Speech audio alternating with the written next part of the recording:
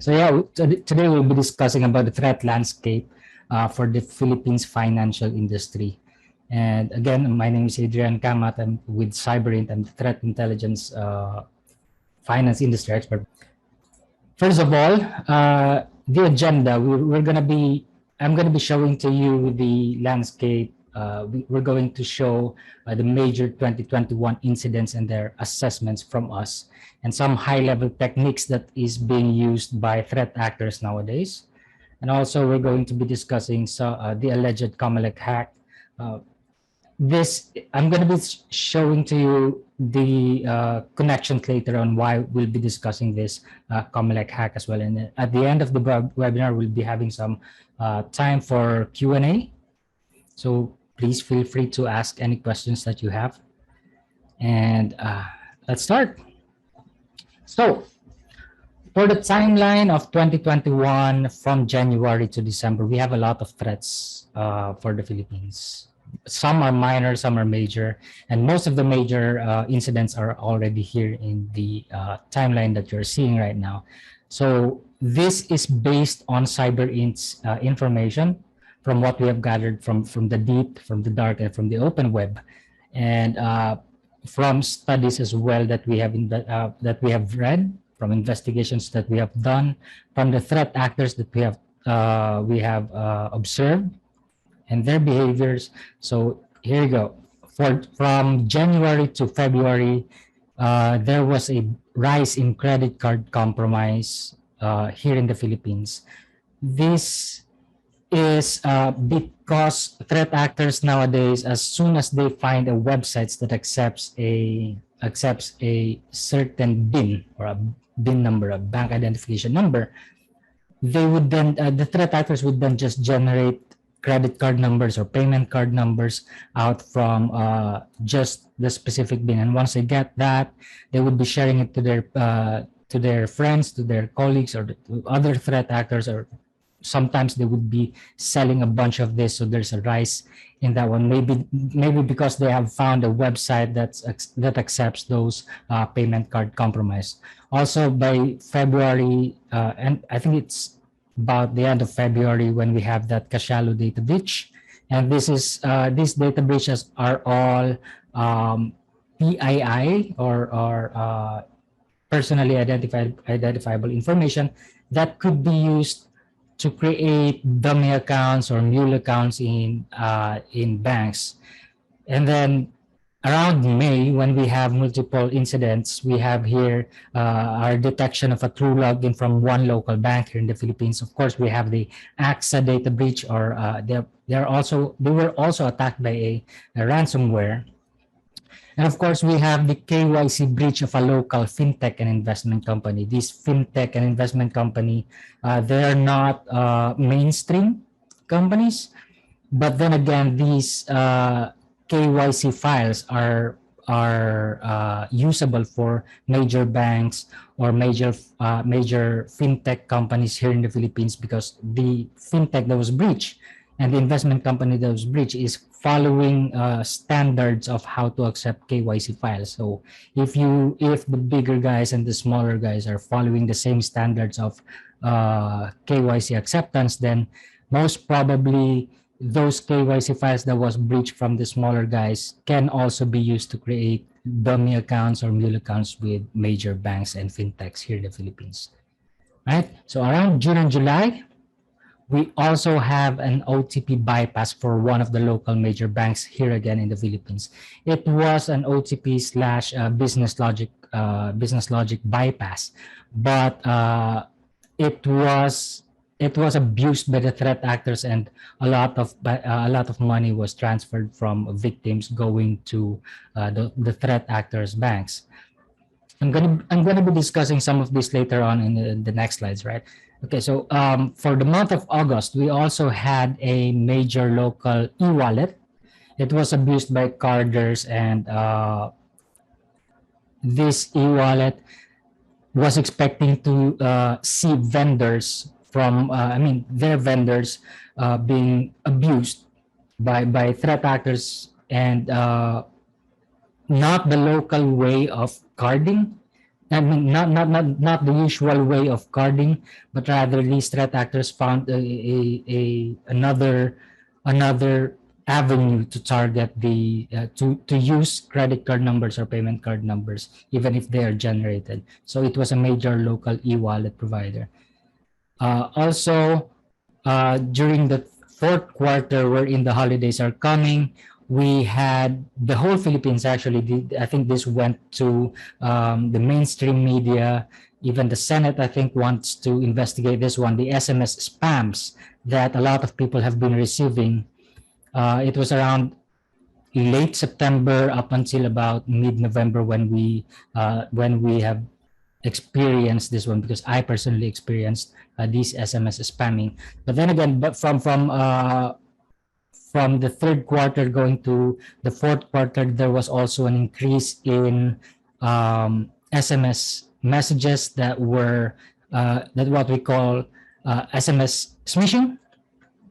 These smishing messages targets bank customers and lets them click on a link that was supposed to go to a fake banking website and harvest or steal their credentials. And these fake websites then housed a phishing site that mimics the actual bank's website, but also in a what we call a true login phishing kit, wherein the phishing website can actually know if the victim is an actual banking customer or not. And also sometimes these true login websites can also show the victim their actual balance, their actual names, their bank account numbers, or even birth dates and telephone numbers. They can also show that depending on these API abuses that we have seen so far. So API abuse and true login, these are all these were all seen last fourth quarter of 2021. No? Also, we have seen the API abuse method in email checkers. Just so if the threat actors say, for example, they have 1,000 list of email addresses, they would know which of those 1,000 email addresses are actual banking customers and send them appropriate messages only. So we've seen that with email checkers. Also, I think there was a number checker, and also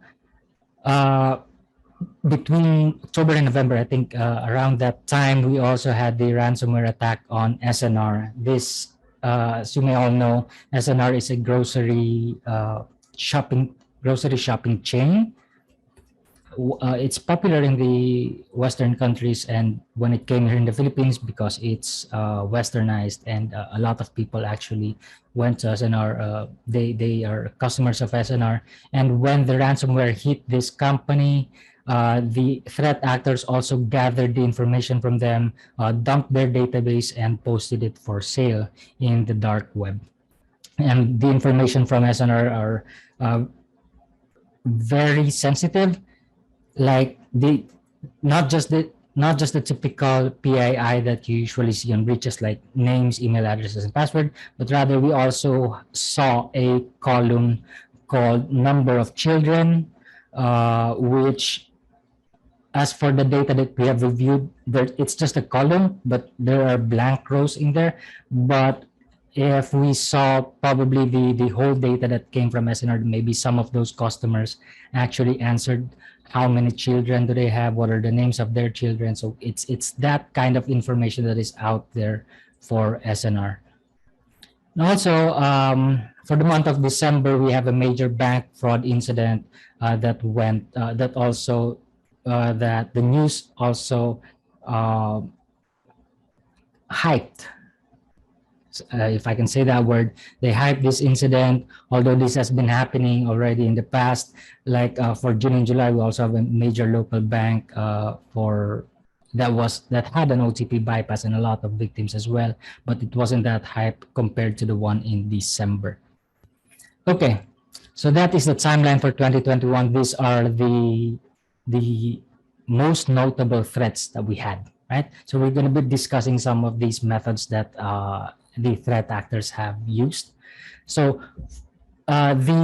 the most notable here is the true login. Down in October and November, we have seen a true login API abuse rise amongst threat actors. They're actually looking for ways to abuse these APIs. So these threat actors, we have talked to them. We do human human operations on them. So on the left side over here, it's our avatar. Our avatar is a internally developed profile that we disguise as threat actors as well. So we could interact with real threat actors, ask them about things, buy things from them, and that's and whatnot. So that's our avatar. So as you can see on the left side over here, our avatar is interacting with a threat actor who's selling a scammer. A scammer is a slang for street language for phishing kit. So he's selling a phishing kit, and it's the phishing kit is a true login, and he's selling it for 1,000 pesos only. But these phishing kits can go from 1,000 pesos. Actually, some are even free, and goes up to 15,000-20,000 pesos, depending on how complicated the phishing kit can get. Right? If the phishing kit can actually show the balance, if the phishing kit can automatically transfer money without the threat actor doing anything, then it would be much higher than that. Right? On the right side over here, we also have a threat actor posted in his social media that he's advertising his phishing tools. Among them is a true login kit as well, and some other tools like web shells, mailers, and also they have here they're selling RDPs or remote desktops, and also spam tools. Scam pages is also another term for phishing kits. Scam pages, just street language for phishing kit, right? So this is a screenshot of what we are seeing in the wild from threat actors. So what is a true login? So true login phishing kits, as I've said a while ago, it can directly connect to the front end of the real online banking. Sometimes not just the front end, but also the back end. And it can show real-time account information on the phishing site, right? As I've told you a while ago, banking information like the balance, the name, the account number, it can show those information if it has access to the proper APIs. As you know, technology nowadays depends heavily on APIs, and so applications can communicate between each other, right? So that's one of the purposes of API. So unlike the typical phishing kits, a typical phishing kit, once a victim logs in there, it won't do anything but rather just show a blank page or go back to the home page. That's it. But with the true login phishing kit, if a victim logs in and used possibly the wrong password, it can even show the victim that, hey, you used the wrong password, because it has connection to the front end or to the back end of the real online banking site. Sometimes Telegram or other chat applications are used to automate the data harvesting. The typical phishing kits, you can see the results. They call it the results of the phishing. The credentials are saved on a log file, right? But today, the most common are Telegram bots, wherein the resulting credentials are sent to Telegram instead of being stored on a log file. So as this screenshot down here, it's a code snippet taken from one true login phishing kit. So this contains a hard-coded API. The URL down below, we obfuscated this one for privacy reasons, but it's an API, and on the top, we have here this the headers. So the threat actors got a hold of which app version to use, which session ID he can use, or the OS that are acceptable for this API, those user agents that are acceptable for this API. Also, we have here the RSIDs, a lot of private information that the API and the actual app should be the only ones that knows. know about this, but the threat actor got a hold of this one. So this code came from a true login phishing kit. So how did the threat actor got a hold of this one? So these phishing threat actors, uh, we have a theory, but it's very highly likely that this is what they're doing. So this threat actor hunts for publicly available APIs. When we say publicly available, they go to APK, they download the APK file of your banking apps. When I say APK, these are your Android files, the installers. They download that and they reverse engineer the app. They would reverse engineer it and would know how the application actually works, which URL, which APIs it connects to.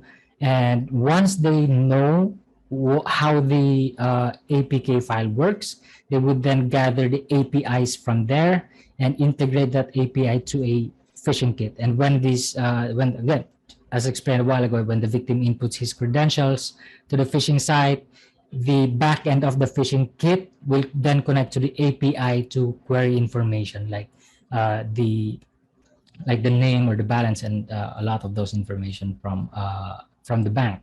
In some cases, they can also use the API to serve as an API checker, an email checker. Say, as I've told a while ago, say for example, we have 1,000 email addresses, and the threat actor doesn't want to just send random bank messages to these 1,000 email addresses, right? He wants to know which ones are bank customers of bank A and which ones are for bank B, and he would know which email or message he would send to that specific email address. So they would use an API to check all those 1,000 lists and know which ones are actual banking customers and which ones are not. In others, they could use this API to get confidential information, again, as I've told you a while ago. So yeah, any questions so far? I think there's one in the Q&A, and Tanya already answered this one. Yeah, just answered. If you would like to extend a bit, elaborate, you're welcome. Okay. Yeah, okay. Later on after these slides, let's go on to the Q&A if we still have more time to discuss this one, to discuss the questions, okay? All right, so that's the chain of events for phishing threat actors on how they gather and abuse those banking APIs. So again, another example of promoting true login phishing kits. These phishing kits, here we have Gustavo. He's a known threat actor. He's going by the alias Gustavo, and he's offering in a Telegram group his phishing toolkits, phishing tools like true login phishing kits and also spam tools. Some are dummy banks and e-wallets, and also he has a mailing list, a million email addresses from Yahoo and Gmail that are all Filipino based. So a lot of threat actors are doing this. This is just one example. This is just Gustavo. And this is on the right side here, our avatar interacting with another threat actor.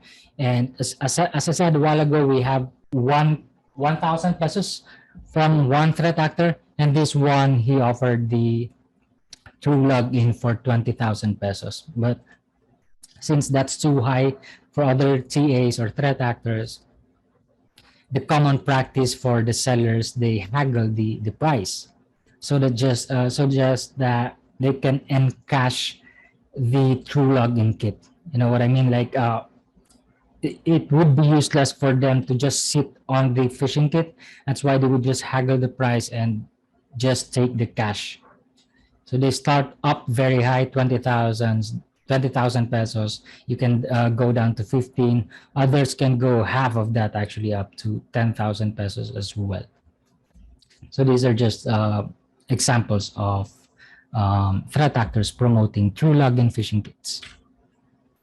So let's discuss one related incident way back mid-2021, wherein a major local bank suffered losses due to phishing and also due to a business logic bypass. And several social media posts were also seen that these threat actors advertising that they have an OTP bypass for this specific bank, and they could use old credentials taken from old phishing campaigns. Say, for example, a threat actor from 2020 did a phishing campaign, and he just gathered those usernames and passwords. He can then sell those credentials to another threat actor that has an OTP bypass or a business logic bypass. And this is what happened. So the screenshot over here is a threat actor showing off that he was able to transfer 66,000 pesos by abusing the OTP bypass. We have seen as high as 450,000, if I'm not mistaken. That's one of the highest that I've seen for fund transfer between from a victim going to a threat actor's dummy account. So how did this happen? It's basically a business logic bypass wherein by design, it should have helped actual customers to, it would have eased how to transfer money from the customer's savings account to another savings account. The design here was to help the customers use the application better to ease the usage, right? That's the design. But these threat actors abused this one. They tried to, I think we suspect that what happened here is that they have enrolled new savings account inside an online account. Like one online account can contain a lot of savings account under the same name, right? They just have to enroll one. A threat actor will just have to enroll one in there, and you could then transfer money from one savings to another inside an online account. And way back 2021, we have reported that 7 out of 10 banks here in the Philippines did not have OTP during login, but only have OTP during money transfer. And that was also abused by the threat actor, since logging in would not require an OTP and only money transfer. But then they have found a way to just enroll the savings account, and from one savings to another savings did not require an OTP, which is a business logic bypass or a business logic design that was abused by the threat actor. So that's why these things happens. It's 100% success according to the threat actor. They are buying credentials from other threat actors from old phishing campaigns just to use it on this business logic bypass. This one is not an API abuse. This is just a business logic abuse. It's a bypass for the design is being bypassed, basically. This methodology also circulated. I can say it's dark web, but also in inner circles of threat actors. The methodology already circulated there. But the bank's weak security mechanisms for login and then the money transfer are being bypassed. These threat actors then collected customer credentials, as I said a while ago, from other TAs amongst peers, and then they would do the bypass and actually transfer, withdraw money. So where do they transfer this money anyway? They transfer this not to their actual accounts, but to Mule and dummy accounts. What's the difference between the two? So Mule accounts are the threat actor that is creating a Mule account would need a verifier to fully activate the account. An example would be me. For example, I'm a threat actor. I create a bank account that is not yet fully verified via online. It's easy enough to create an account online nowadays. Because of the pandemic, we have opened the door for account opening via the internet, right? So we have opened that, and the threat actor can just create a non-verified account, bank account, and he would then go post in social media sample here on the right side, the yellow one, he would go post in social media looking for passport holders, and they would pay them 500 pesos just to verify just to fully verify a bank account that the threat actor made. That's what I would do if I was the threat actor, right?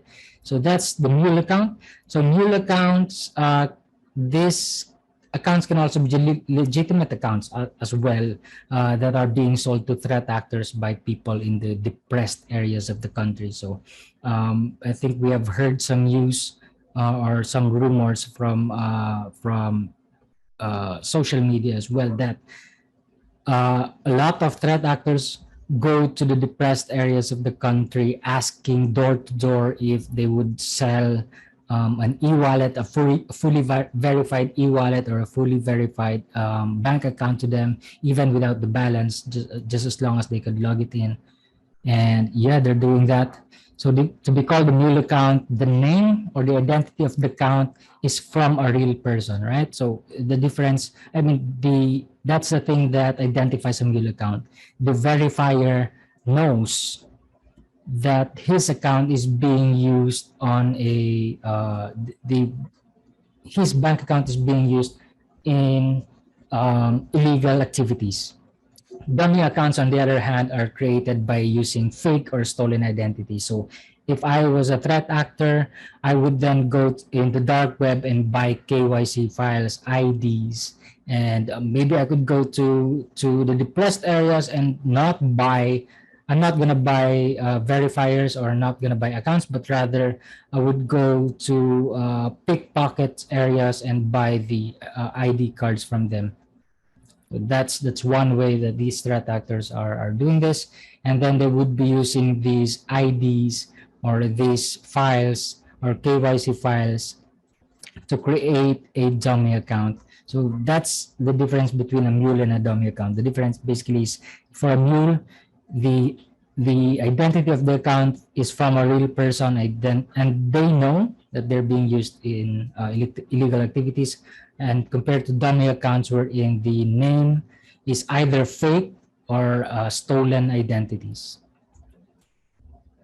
So these threat actors use these dummy accounts to pass around the money. They pass it from e-wallet going to another bank account, a dummy bank account, going to another e-wallet, or sometimes they go directly international, like international and non-centralized, like Bitcoin or whatever crypto currencies are available during their campaign.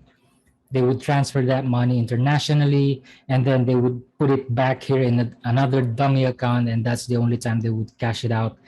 Sometimes they would cash it out via sari-sari stores, because e-wallets here in the Philippines accept cashing out via sari-sari stores, and it's as easy as that. And they wouldn't be having problems on CCTVs and whatnots on these small businesses. Right, so those are for mule and dummy accounts. So these dummy accounts, they are using KYC files that are stolen. So in 2021, we have discovered that two companies, Philippine companies, AGMC and TagCash, they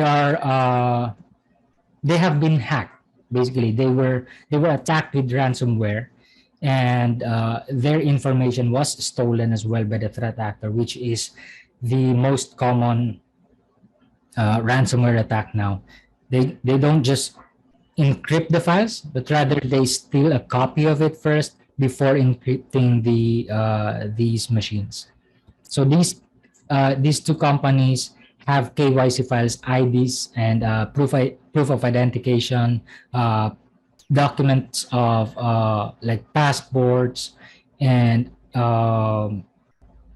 SSS IDs, and a lot more information, a lot more identification cards were hacked or stolen by these threat actors. Another thing, they have also stolen database entries, such as names, email addresses, and also numbers and birth dates. These are just PII, and these are 54,000 items or 54,000 files allegedly stolen from AGMC and TagCash.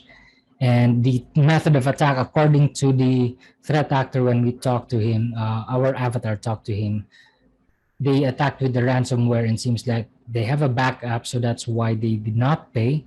So the threat actor just leaked, just sold these ID cards already.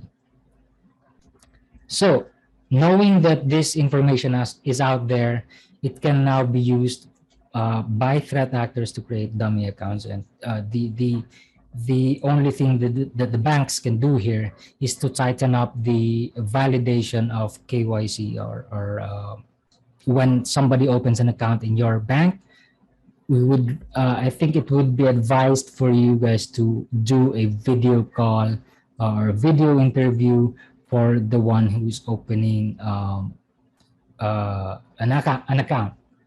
Also, it's good to verify the ID number with the actual agency that the ID is connected to. For example, a driver's license. It would be good if you could use the license number and ask LTO, is this actually the person who's in the picture? Is this the name? And is this real? Basically, that's how you validate it. And then once that is approved, that's the only time you would verify the account. I know it is, again, cybersecurity and usability has been on the other side of this, of the balance, time and again, right? It's either you have more security and less usability, or more usability or more ease but less security. And it has been a battle between the two from the start of time, I could say. So also, this information from KYC files, I mean, these KYC files are not just being hacked from companies. A lot of times, information are also being stolen directly from users. We have a lot of malware strains, what we call this info stealers, and these information stealers are installed in everyday people's computer, right? And once they're there, they steal information like credentials or payment card info that are saved in the machine, in the computer. Once, say for example, you have a on your computer, when you log into a specific website, say for example, facebook.com, when you log in there, there's this option wherein the browser could save your password so that you won't have to type it again next time. And this information can be harvested by malware once the malware gets inside your computer. So that's every day we are seeing thousands and thousands of credentials that are being stolen by stealer malware or info stealer malwares. And aside from credentials, they can also steal cookies from your machine. Cookies basically is your session on a website. Say for example, you log into facebook.com. Every time you click on a picture, you don't have to log in every time, but rather the Facebook knows that you are already logged in. So basically it's a session of some sorts. So that's how one of the things that a cookie does. And once the threat actor gets a hold of your cookie on time, say for example, he got it on time and the cookie is still valid, he can then steal your session, log into Facebook using your cookie, even without a credential. He can to steal your session. You can see now in your Facebook information. So aside from this, payment card information are also being stored in browsers, and they could steal that. Also, if you type in your card number on files and just save that, like your notebook in your computer or whatnot, they can also steal files. So yeah, be careful with that. So with that said, a lot of banking customers have become victim to this malware. Yes. Aside from phishing, if a victim does not know that he has been infected with malware, he won't even know that it's time to change his password. So the threat actor now got a hold of his credential and his cookies, and maybe he could use that to log in into the banking site and steal money, right? So one way to defer these attacks, or even if the threat actor gets a hold of this information, to defer the attack, MFA system should be in place. Of course, additionally, password hygiene for your customers are very, very important, because if the threat actor stocks all those credentials for some time before he used it, maybe he's gathering it there for a purpose or selling it someday. After 3 months, if your policies, all your customers change their password every 3 months, and after 3 months, whatever the threat actors holding would no longer be useful for, especially credentials, would no longer be useful to log in the banking website. Hope that makes sense. Okay, so the info stealer for the third quarter of 2021, Philippines is at the top 10. Top 10, we have 29,506 reported victims, and among the top 10, India is the biggest one, and Philippines is out there. This is basically, not really, this is mostly because of low cybersecurity knowledge of technology users in the Philippines.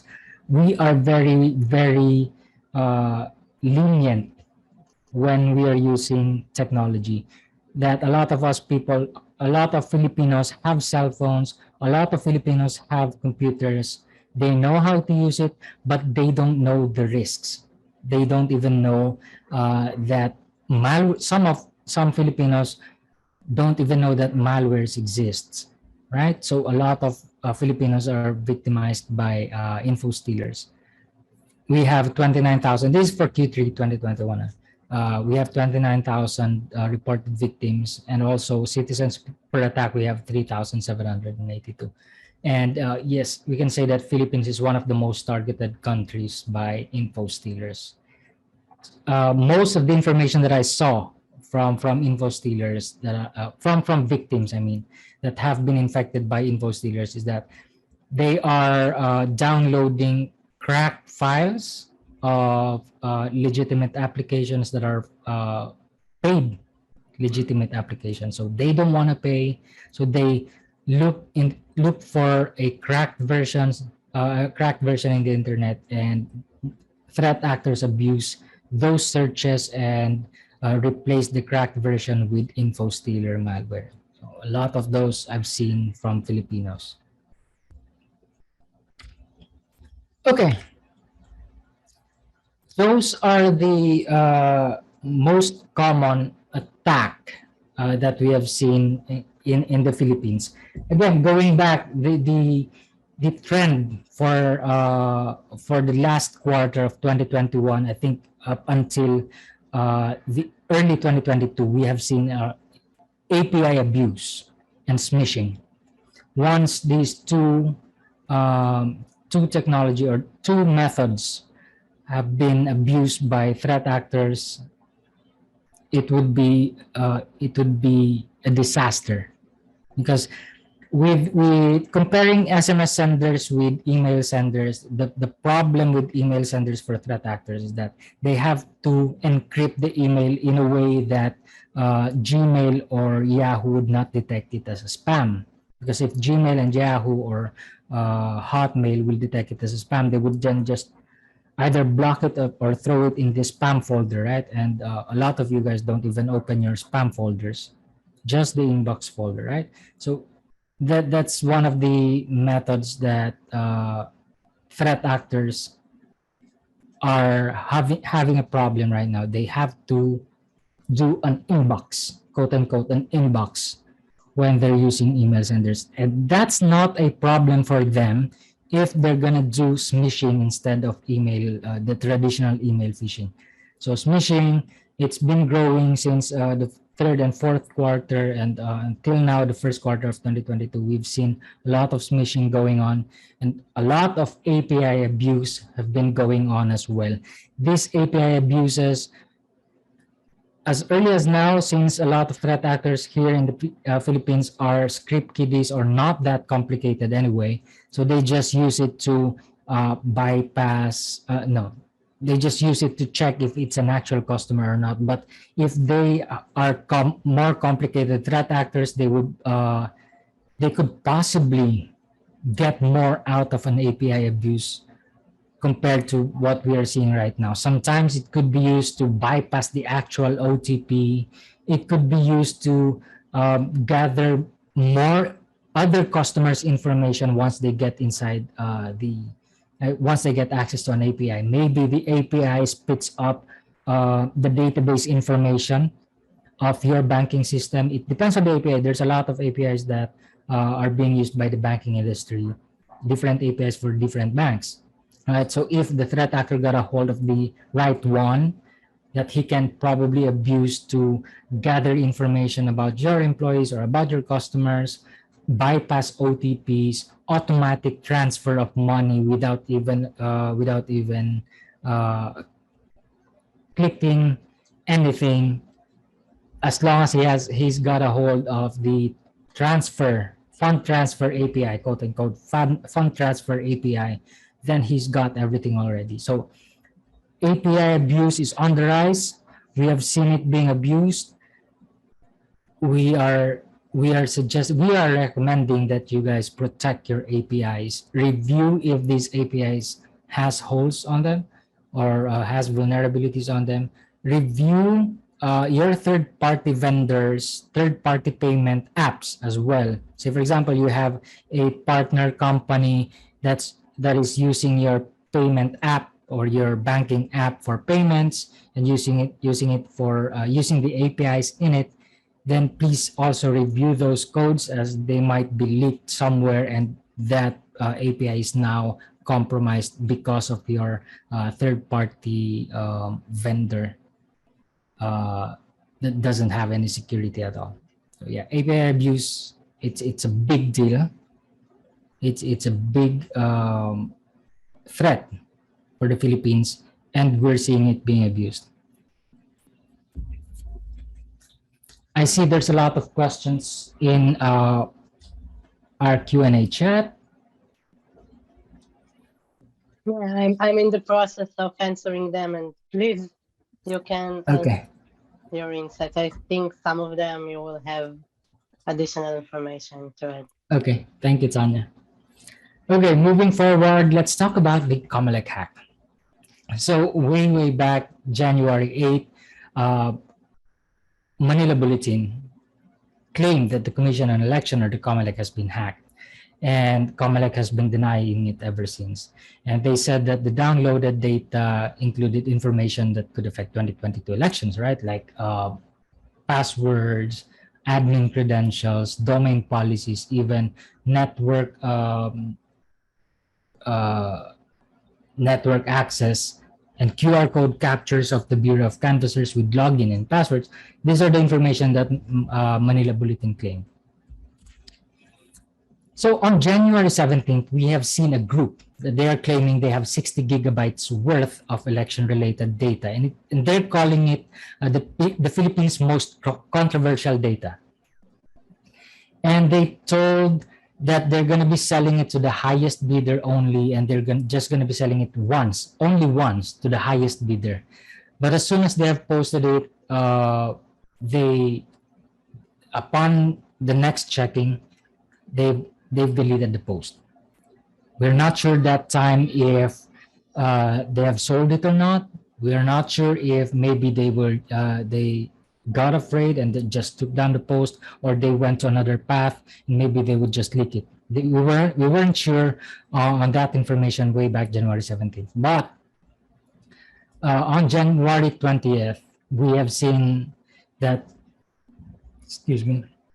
we have seen that they have posted partial information already on their social media account. And they have named that Smartmatic was hacked and not Comelec.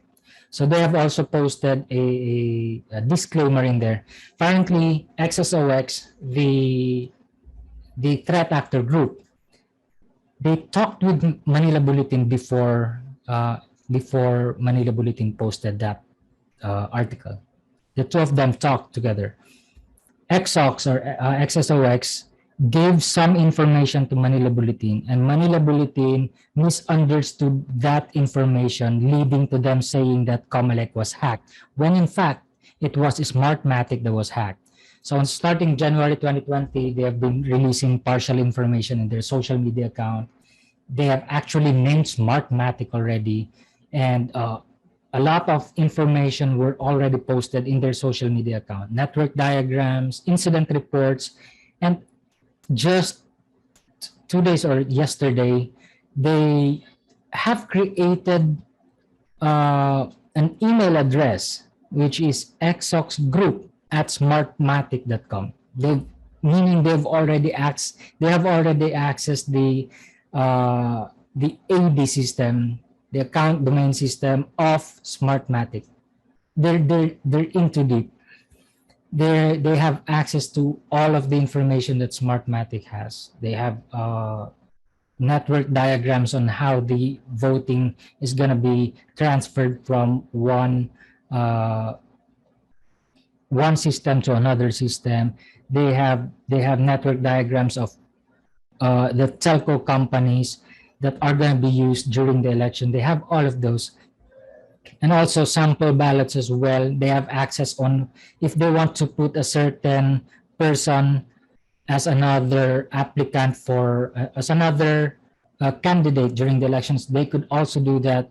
Apparently, they could do that. That's what they said. That's what they're claiming. And yeah, Smartmatic is already compromised and not Comelec. So that's why Comelec has been denying this one. However, Comelec is not yet in the clear. So XSOX also posted on their social media that they are not targeting Comelec directly, but rather Smartmatic, right? And they said that it was way back November that they have the initial foothold with Smartmatic. However, Comelec again is not in the clear. Why? In November 2021, we have a Pinoy threat actor group. They're called the Pinoy Grey Hats, and they claim that they have compromised Comelec, and they have posted screenshots and proof. As you can see here on the right side, we have the Pinoy Grey Hats posted a screenshot of a web shell, basically a backdoor on the comelec.gov.ph's domain. What does this mean? It means that Comelec's website is hacked and Comelec's web server is already compromised. But again, it's just the web server. We don't know if the web server is actually connected to Comelec's internal servers or not. Is Comelec actually housing their own websites, or hosting their own websites, or are they using third-party hosting services for this one? So if so, then that hosting services is also compromised. But if it's connected internally, then Comelec internally would also be compromised. It's just a web shell, as you can see from here. It's just a basic WSO web shell, but the whole website, the whole web server is already compromised. They have actually downloaded the database of the website.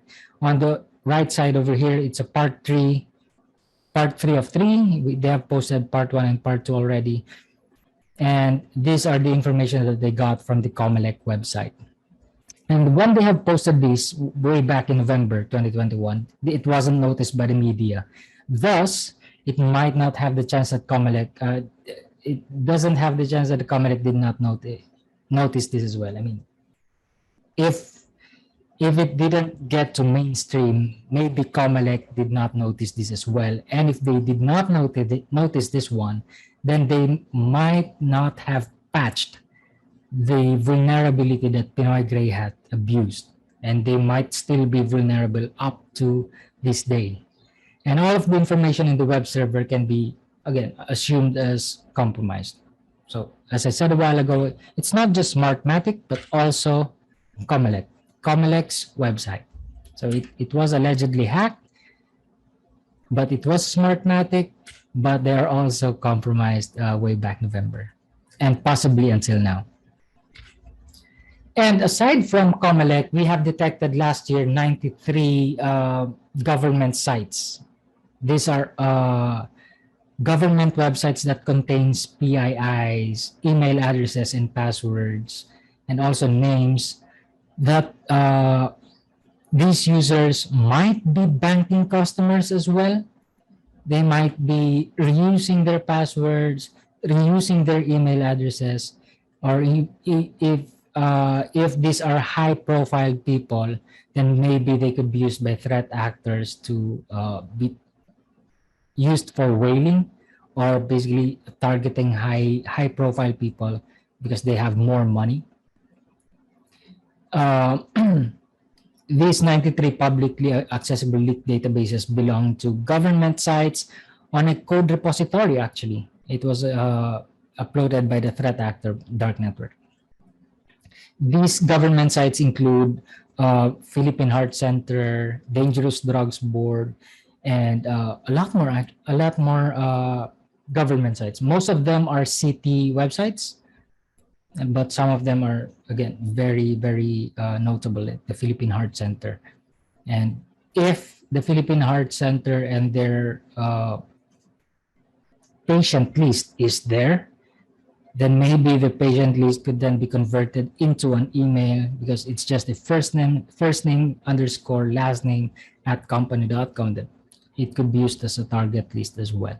So these databases leak usernames and password, which could result to reuse in your banking website. So the key takeaway here would be for your customers or for your users to have password hygiene. Change their password every 90 days, which is the standard nowadays. So yeah. So also in the second half of 2021, we have notable threats. The Log4Shell, for example, on December, they called it the internet is on fire, because a lot of websites, a lot of international websites, international systems are using Log4j for their logging mechanism. And it had a vulnerability wherein remote code can be executed by the threat actor that's abusing this. It gained high traction worldwide, and it's important to note that only internet-facing Java applications are vulnerable. But again, a lot of websites are internet-facing, and there are also Java applications out there. So there are lots of proof of concepts that were released during the first 2 weeks of the RCE release, or the vulnerability release. But a patch has also been released by Log4j, and it was a version 2 and should have been updated already by now. But the exploitation of this vulnerability was already campaigned by threat actors like Mirai and Conti. These are all ransomware, and they're using Log4Shell or Log4j as their way to get inside the company. So to have more information about this, we have a blog about the Log4Shell. You can go visit our site, cyberint.com/blog, or also we have a video about this, which is in YouTube. You just search Cyberint in YouTube, or go to youtube.com/cyberintdrp. It should be out there. Also, for the 2022 predictions, we know that while Conti and Lockbit will be the most dominant group for ransomware, we believe that this year we will have more new groups, as seen during the recent cases like the Avos Locker, Consari, Deadbolt. It was mid-2021 when we have the Avos Locker for SNR. And Consari, end of 2021, they are the first gang to utilize the Log4Shell, and Deadbolt also for 2022 already, where they attacked the NAS. Also, back to the roots, no more encryption. New findings suggest that more ransomware groups are following a new trend of going back to old extortion techniques by demanding ransom instead of demanding ransom for the data. If not, if the ransom is not paid, they would leak it. Rather than if you don't pay the ransom, you won't get the decryption key. It's an old extortion method now that they're going to be using. So that's our 2022 prediction. And again, we have a blog for this one as well. Go to our blog, cyberint.com/blog, and we have some videos as well in our YouTube channel. One more thing for the Philippines, we think that the API abuse will still grow, although a lot of threat actors have been on the down low for the past few weeks. As I've noticed during my investigations, they are already in the down low because of the recent arrest of some of the threat actors. That's why they're going on the down low, but they're slowly going back now that the hype has died. So moving forward, I think it would be there's still going to be an increase for API abuse, but phishing will still continue. But rather, they would go for smishing rather than the traditional email senders. Is XSOX a hacktivist or was involved in previous cyber criminal activity? XSOX is not a hacktivist, but rather, I think they're a new group for the industry, but they're not hacktivists per se. The common behavior for hacktivists is that when their beliefs are triggered, that's when they attack. But this one, it was an invitation from other threat actors for them to attack Smartmatic, and they saw that part as having to earn more money by dealing with politicians that might have a use of their information. So they're not your typical cyber criminal, but I don't think they're hacktivists. Another question: if this was an intel known in the cyber world that Comelec was hacked by Pinoy Grey Hats, is there no information sharing within government agencies in the country? We have a intelligence center. I think the country has an intelligence center, but it's not that well known. And I think they're also working with anti-cybercrime group for the police and the NBI.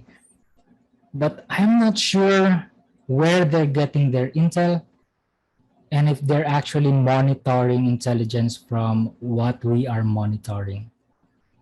I'm not sure if they're seeing what we are seeing already. Hope that answers your question, I mean. What about double, triple, or quadruple extortion attacks for 2022? Oh, yeah. Yes, this is possible. They could do that if the company that they're attacking doesn't have a lot of security in place, or say, for example, they don't have a backup and they have critical information and they have stored litigating information, then yeah, double, triple, quadruple extortion attacks will be used by threat actors, but we don't see that as a trending one because it won't be applicable for a lot of companies, right? Most of the companies would be double extortion attack, which is encrypt and leak. Next question. By the way, any truth to the talks going around that local threat actors are laying low after leaked video showing a matrix with their avatar and real name? Yes, they are laying low at the moment, and yes, I've seen the video. I've seen the picture as well that it's going around, And apparently the one that's showing the video is one threat actor as well. So yes, they're laying low at the moment, and it's not just because of the matrix, but the reason is because there has been an arrest already, which is very rare here in the Philippines. Okay, we have here some other questions that was already answered in the chat. The one selling the phishing kit is Filipino, is speaking Filipino, so it's a confirmed Pinoy threat actor. Yes, it is. There's a lot of Filipino threat actors, and most of them are kids, actually, starting from the age of 16 up until late 20s. The most active ones are around 19, 20, 21. Those who just graduated college or who just graduated high school, I think, no job, so that's why they're going for this one. Possibility that PAs also abuse the public API documentation. Yes, of course. If they see the API documentation and they see a hole in there, then yes, it's a possibility. But we haven't seen that one yet. So are we to assume that MFA like OTP methodology are generally compromised and not a safe practice or authentication method? MFAs are designed to protect, to add a layer of protection like OTPs. But we have been recommending in the past, up until now, that SMS OTP is not that secure. There are more secure ways of providing OTP to our clients. Okay, I think that's it. Thank you very much, everyone.